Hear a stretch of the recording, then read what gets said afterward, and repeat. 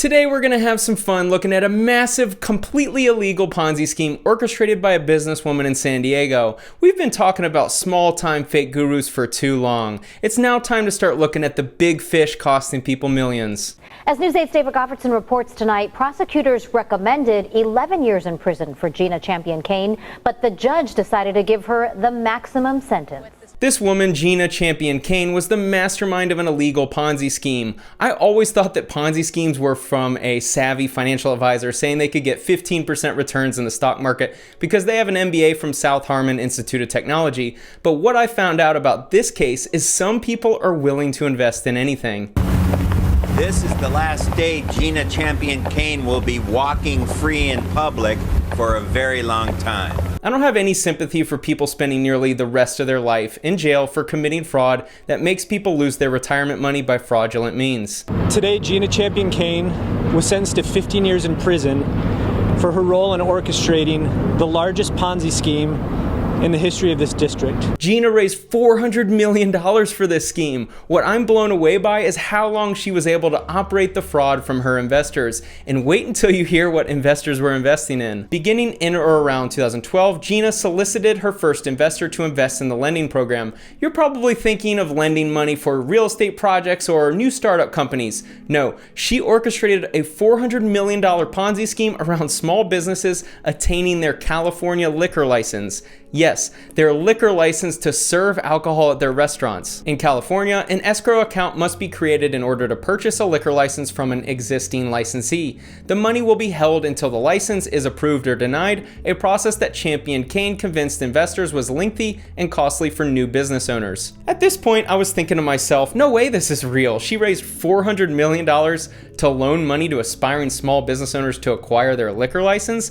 How much does that cost without her lending program assistance? On the official abc.ca.gov website, the license for General Priority 47, which is what she was claiming was needed, had an application fee of nearly $16,000. Now I've learned that you could buy a nice used car for as much as it costs to apply for a liquor license in San Diego. That's ridiculous. But also, did investors not Google what they were investing in first? If some hotshot investor was raising money for a lending program to small business owners, don't you think they should have maybe done a little research on what they were investing in first? Champion-Cain provided interested lenders a list of businesses seeking loans for their liquor license. In actuality, the list was fake and filled with businesses she found listed on the Alcoholic Beverage Control (ABC) website with expired or canceled licenses. The scheme this lady came up with is ridiculously impressive for being able to pull it off for so many years. You're about to hear the elaboration of her lies and misdirection in order to keep this going for so long. What's dangerous about Ponzi schemes is that they can grow exponentially. Similar to pyramid schemes, if new recruits or investors are continually being added, then the scam grows larger and larger. It was a Ponzi scheme that lasted 7 years. Based on defendant's description of the lending program, Investor 1 entered into a series of funding agreements and invested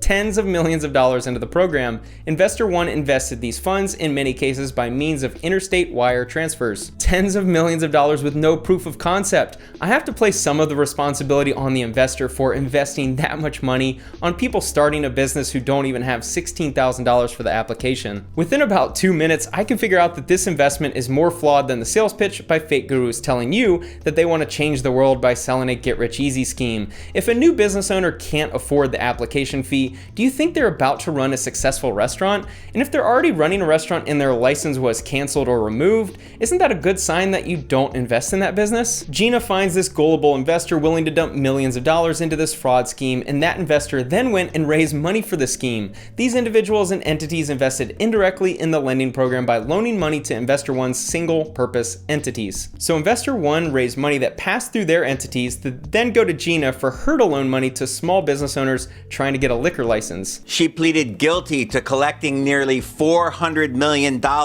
from close to 500 investors. Gina is definitely going to start selling a guru straight-line persuasion system when she exits jail in order to pay back the investors. How she was able to raise that amount of money from that many people is pretty impressive. On average, she was raising about $800,000 from each investor. Some women are trying to get paid from being influencers on social media. It looks like the real money is influencing rich investors to invest in your fund. Instead, as more and more victims invested money, Champion-Cain used the cash to prop up her own restaurant empire. Gina was a legitimate business owner. She started American National Investments in 1997, which means she was operating profitable businesses for 15 years before creating this fraudulent scheme. On her LinkedIn, I am chair of the board and CEO of American National Investments Inc., the Patio Restaurant Group, Love Surf Brands, The Surf Life, and Swell Coffee Roasting Company. My brands are San Diego-based lifestyle brands involving real estate development and management, hospitality, and branded merchandise. I personally think that some people have such a desire to appear successful and gain business awards for making so much profit that they will do anything to maintain that image.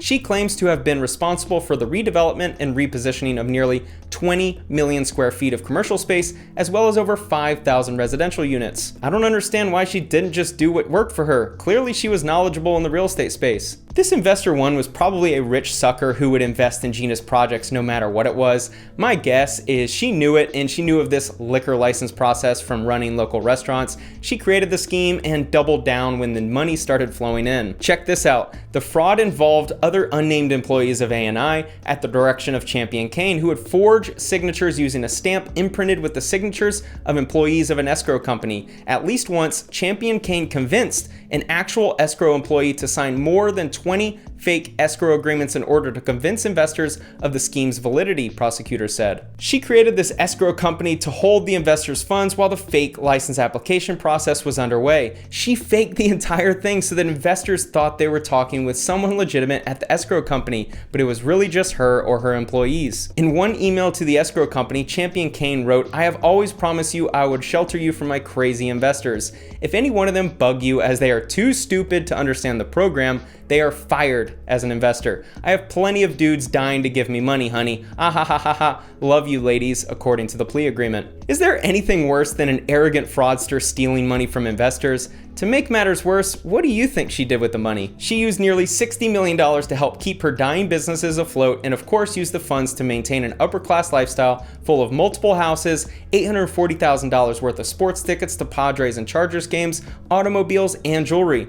But this was the best part. Defendant or others at ANI used at least $745,000 of investor funds to satisfy credit card obligations from 2012 through 2019. Is there anything more American than taking greedy investors' money to fund a high-class lifestyle on credit cards? This should be a movie. The danger of these schemes is that investors will earn significant returns in the short term. Investor one was probably seeing pretty good returns. When new people are entering, Gina can pay huge returns to the early investors. They're happy and don't raise any concern. The reason why these schemes can only last so long is because at some point someone isn't going to get the returns, or someone savvy enough to smell a questionable investment scheme starts to raise a stink. The loss attributable to defendants' criminal conduct amounts to between $65 million to $150 million, but the parties agree the amount could be greater. The news stories make it sound like investors lost $400 million, which is not the case. She probably paid back tens of millions of dollars to the original investors so that they would keep quiet for a while. Schemes like this inevitably get too big and it becomes impossible to pay everyone back. I couldn't even imagine spending $150 million. Think about this.